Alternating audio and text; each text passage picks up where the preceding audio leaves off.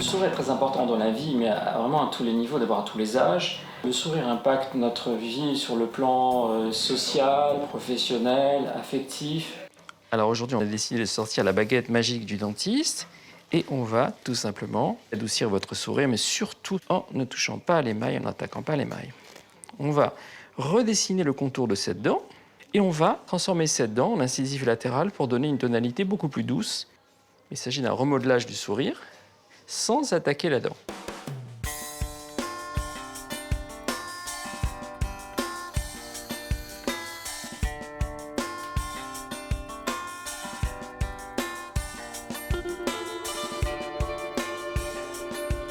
En fait, le fait d'avoir des dents très pointues, c'est pas très agréable au regard en fait. Hein. J'avais des dents qui étaient saines mais assez espacées et un peu piquantes et je trouvais pas ça très très beau. Après, on est comme ça et voilà, donc j'ai vécu avec jusqu'à présent. Mais avoir un sourire plus harmonieux, ça fait un peu rêver quand on voit toujours à la télé des sourires complètement dingues, des dents toujours bien alignées. Je me dis mais pourquoi pas moi? Pourquoi j'ai pas eu le droit moi à des belles dents toutes alignées? Et là c'est pas parfait, mais ça me ressemble. C'est ce qui m'importait.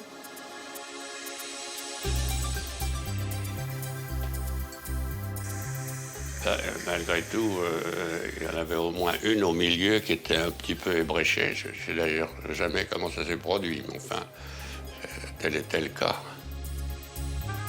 C'était quoi l'objectif? Ah ben la séduction, bien entendu, mais enfin, je vous dirai après si ça marche.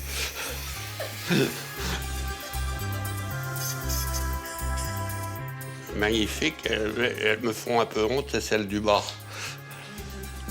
Maintenant, écoutez, ça change tout, disons. Et je suis pas sûr que le miroir me reconnaisse. Bien que les composites aient fait d'énormes progrès sur le plan mécanique, ils n'ont pas une résistance à toute épreuve. Mais ces produits, en fait, peuvent avoir quand même une pérennité de quelques mois à quelques années. Et combien même nous aurions à changer ces composites, il suffit tout simplement de retirer le composite, mais toujours sans avoir attaqué les dents, attaqué l'émail. C'est ça qui est intéressant dans l'application de ces composites.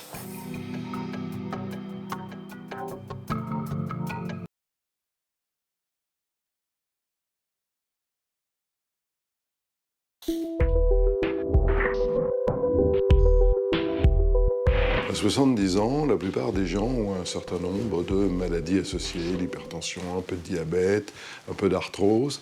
Et ce sont des gens en fait, qui se plaignent de fatigue. Et généralement, ces gens, quand ils sont à 70, 72 ans, vous disent « je suis fatigué parce que je suis vieux ». En fait, pas du tout.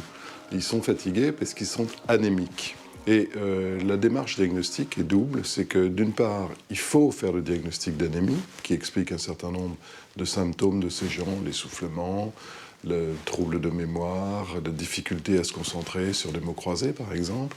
Et puis, à partir du moment où on a fait le diagnostic d'anémie, sur la prise de sang, la numération formule, il faut rapporter cette anémie à la maladie de la moelle.